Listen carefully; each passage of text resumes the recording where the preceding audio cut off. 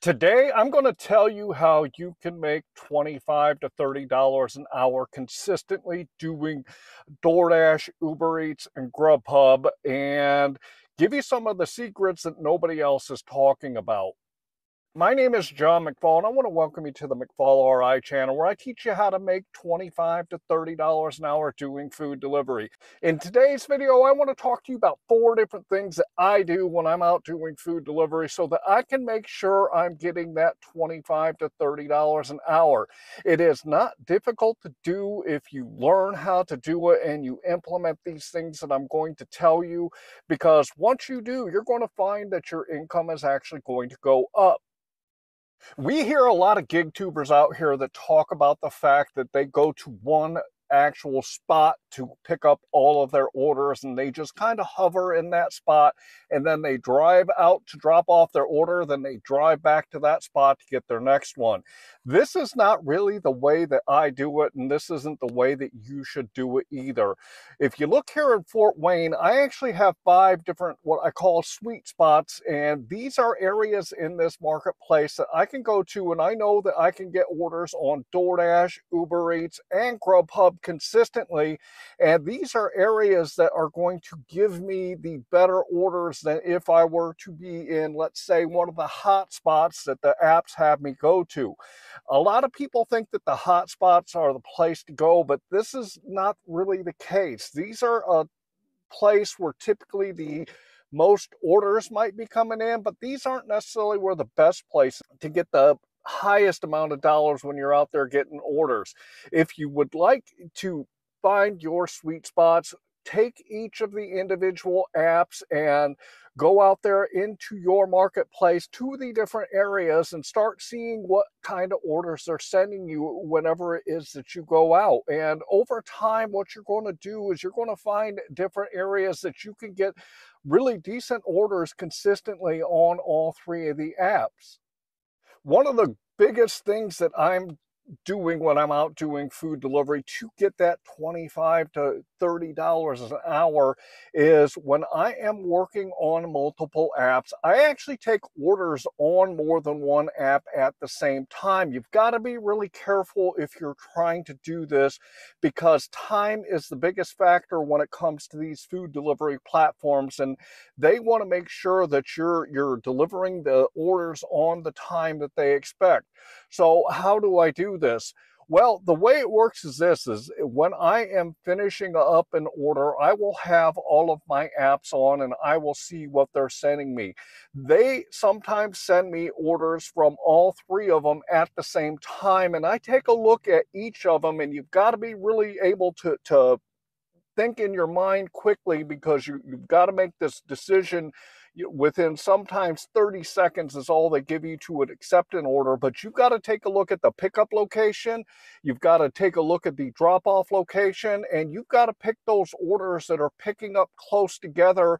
And then you have to have delivery drop-offs that are going to be either going in the same direction or at the actual same location. In other words, the same neighborhood, the same apartment complex, or that kind of thing, so that you can make sure that you're within the time on the apps that they expect. Another thing that's critical when you are doing this is if you are picking up, let's say, from restaurants that are right next to each other, you do not want to hit that confirm button on either of those until you have both of the orders, because when you hit that confirm button, that will actually start the timer that you have to get from where you are to drop it off in the drop-off location. So if you pick up from one restaurant and hit confirm, and then you go to the next one, and let's say it's going to take 5 more minutes before that order is ready, if the clock is running on that first one, you've really put yourself in a bad situation, because you're going to be late to take that first one. So pick up the order for the first one, and then go to the restaurant next door and pick up the order from the second one, and hit confirm at the same time on both of them, so the clock starts for both of them at the exact same time. So when I accept an order on one app and I'm picking it up and taking to drop it off, I actually turn off the other apps. I pause DoorDash, I go offline on Uber, and I go offline on Grubhub, depending on which app that I actually have my order on.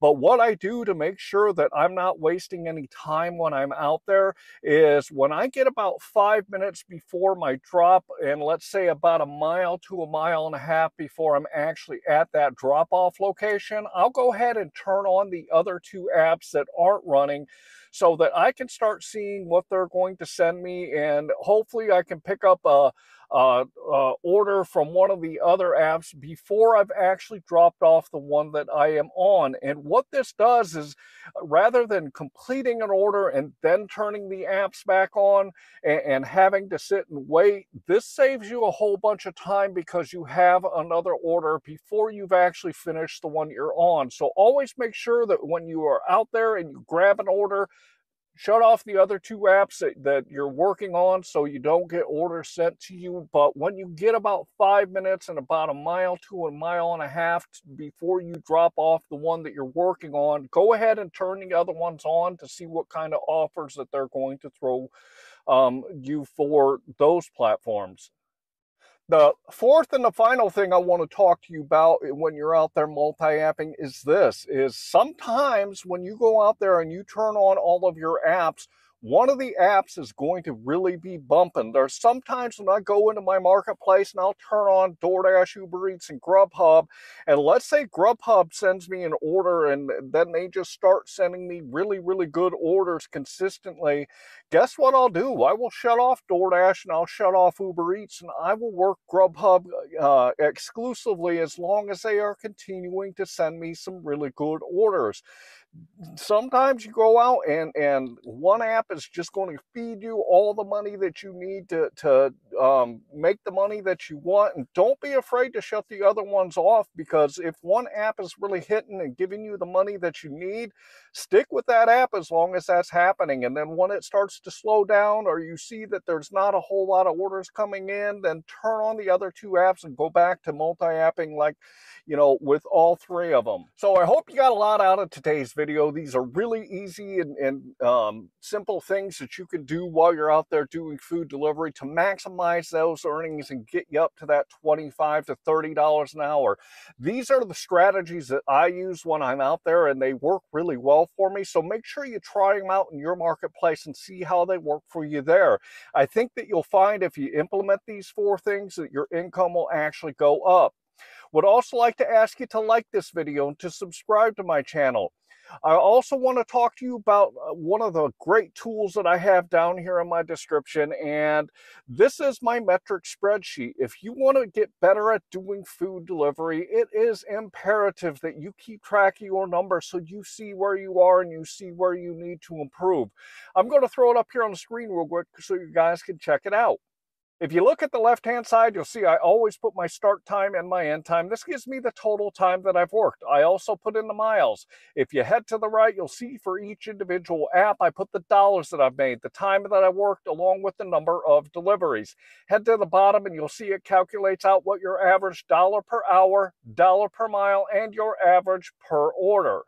To make the most money when you're out here, keep track of these numbers and you'll see where you are, and it'll also help you improve. So head down in my description and go grab that free download for yourself. The last thing I want to say is, if you really want to get really good at doing food delivery, my food delivery playlist here is chock full of a bunch of lessons. So make sure you go check out that playlist and scroll through it and find some great nuggets that you can get to make more money. Finally, I want to leave you with, I hope that you are out there getting the money that you and your family deserve. And with that, I want to say thanks.